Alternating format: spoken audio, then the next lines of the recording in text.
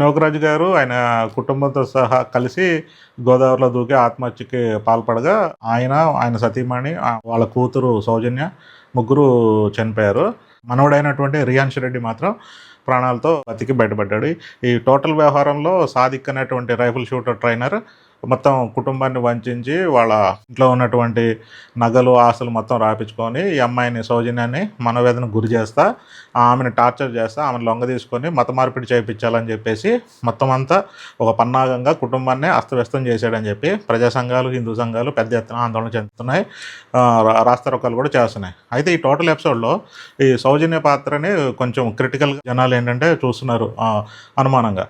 ఎందుకంటే భర్త మరణంలో ఈమె పాలు పంచుకుంది, అతనికి సాధికానికి లోబడి ఇద్దరు కలిసి చంపారని చెప్పి వాళ్ళ అత్తమామలు కూడా ఈ అమ్మాయి మీద కొన్ని ఆరోపణలు చేశారు. అయితే ఇక్కడ జరిగింది ఏంటంటే, ఈ సాదిఖాన్ అనేవాడు ప్రేమ పేరుతో కొంచెం అమ్మాయికి చనువుగా వెళ్ళి సౌజన్యాన్ని ఫస్ట్ లోపరుచుకొని తర్వాత వాళ్ళ మొగుడి మీద పెత్తనం చేసి వాళ్ళ మొగుడిని చంపడానికి పన్నాగం చేసి దాంట్లో సౌజన్యని ఒక పాత్రగా మలిచి చివరికి అన్నీ కూడా సౌజన్య చేతుల మీద చేపించి ఆమె చేసింది అన్నట్టు ఆధారాలన్నీ కీలకంగా సేకరించి తర్వాత బత్తమన్నం తర్వాత ఆమెను కంప్లీట్గా లొంగ తీసుకొని తల్లిదండ్రులను కూడా ఈ ఆధారాలు చూపించి భయపెట్టి నోకరాజు గారితో సహా పిల్లోడినేమో నిన్ను టెర్రరిస్ట్గా చెప్తానని ఆ పిల్లోడిని భయపెట్టి మొత్తాన్ని ఏంటంటే ఇక్కడ చేసిందంతా సౌజన్య చేసింది అన్నట్టు అందరికీ ఆధారాలు చూపించి ఇతను ఏంటంటే ఫస్ట్ ఆమె లొంగ తీసుకొని ఆమె ద్వారా వాళ్ళ హస్బెండ్ చంపించి తర్వాత కుటుంబ ఆస్తులన్నీ కాజేసి కుటుంబం మీద పెత్తనం చెలాయించి ఏమని కంప్లీట్గా ఇస్లాంలోకి తీసుకెళ్లాలని చెప్పేసి అతను పన్నాగంగా కనపడుతుంది. కాకపోతే ఈ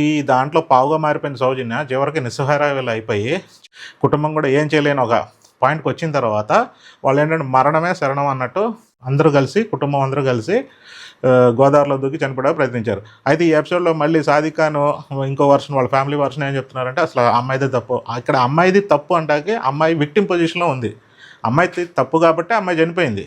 అమ్మాయి ఏం చేయలేక, ఎందుకంటే అమ్మాయి మీద తప్పులు ఉన్నాయి, ఆరోపణలు ఉన్నాయి. అవి కూడా సాదిఖాన్ ప్రేరేపించి అమ్మాయిని బ్రెయిన్ వాష్ చేసి అమ్మాయిని అంటే పావుగా వాడుకొని వాళ్ళ కుటుంబం మొత్తం విచ్ఛిన్నమయ్యేటట్టు చేశాడు. కాబట్టి ఇప్పుడు ఇక్కడ సౌజన్య అనే ఆ అమ్మాయి ఏం చేసింది అనేది అప్రస్తుతం. ఇక్కడ సాదిఖాన్ మ్యాటర్ ఇంపార్టెంట్. సాదిఖాన్ మొత్తం ఏంటంటే కుటుంబాన్ని ఇది చేసి అతను అనుకూలంగా మలుచుకొని చివరికి బానిసలుగా ఇక్కడ జరిగిన మెయిన్ పాయింట్ ఏంటంటే సౌజన్య అనే ఆమె భర్త ఉండగా హిందూ మతానికి చెందిన ఆమె అయ్యుండి సాదిఖాన్ని ఫస్ట్ ఏంటంటే నమ్మటం, అతనే మోజులో పడి సాదిఖాన్ ఏది చెప్తే అది చేసి కుటుంబాన్ని మొత్తం విచ్ఛిన్నం చేసే స్థాయికి రావటం.